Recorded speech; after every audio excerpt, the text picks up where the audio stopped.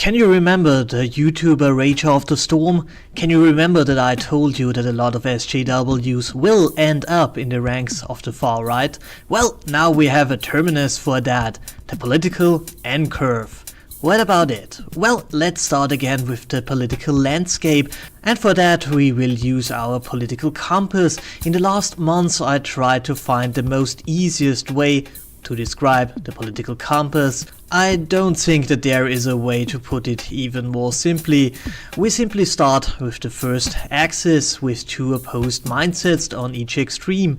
We own on one side and I own on the other side. The first one is the mindset that individual ownership is bad and anything should be owned by anyone. The other extreme is the mindset of mine is mine.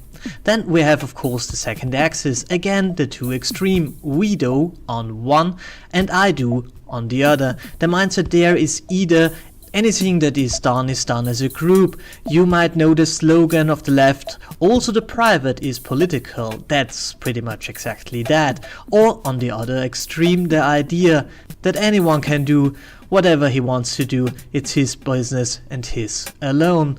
We of course end up with the four areas that we know and love. But let's go a step away from words and jump into symbolism. The libertarian left is associated with peace, happiness and harmony.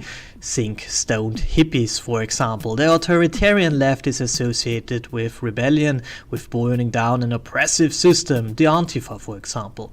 The libertarian right is driven by self-reliance, freedom, enlightenment and so on. And foremost, individualism, thinking about capitalists. And finally we have the authoritarian right with strengths, nation, tradition, group. Think alt-right. The thing is, I saw this, let's say, development, for a lack of a better word, in a lot of people. First, most of them start as a child and pretty much the first indoctrination is that we have to get along with others, should share our toys. Authority and hierarchy is discarded by our mothers and kindergartners. Growing older, we move to the idea that this is crap. There must be a better way to do stuff, better than what all the oldies do right now. It's the idea that at some point you have to accept that a system is rotten to the core and the only way to replace it is burning it down.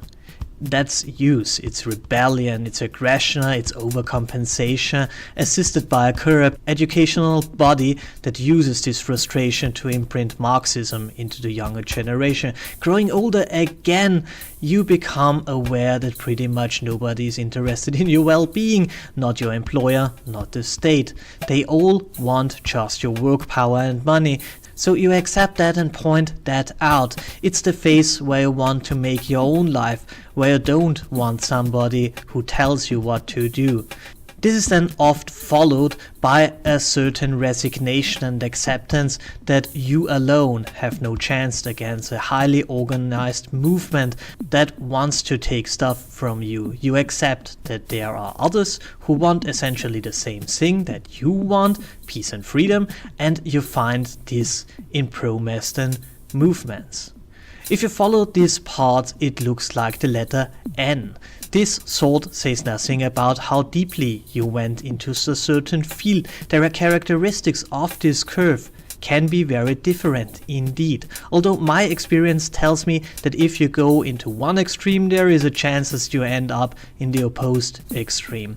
However, some people don't progress in that way. Some move up and hence and forth and so on this curve. A lot of refugee welcome screamers, I know, pretty much simply stick in this kindergarten notion of we all should get along and want just kindergartners who tell all the kids just to behave nicely so that we can all be nice and blah. The interesting thing with this curve is that, I hate to admit it, but I followed it pretty much. Most people move based on events. I moved from the peace phase to the rebellious phase when I was about 14 and I just wanted to provoke, and to pretend that I'm a communist was a pretty good way to provoke older people. But the way from pretending to be something to become something is often short.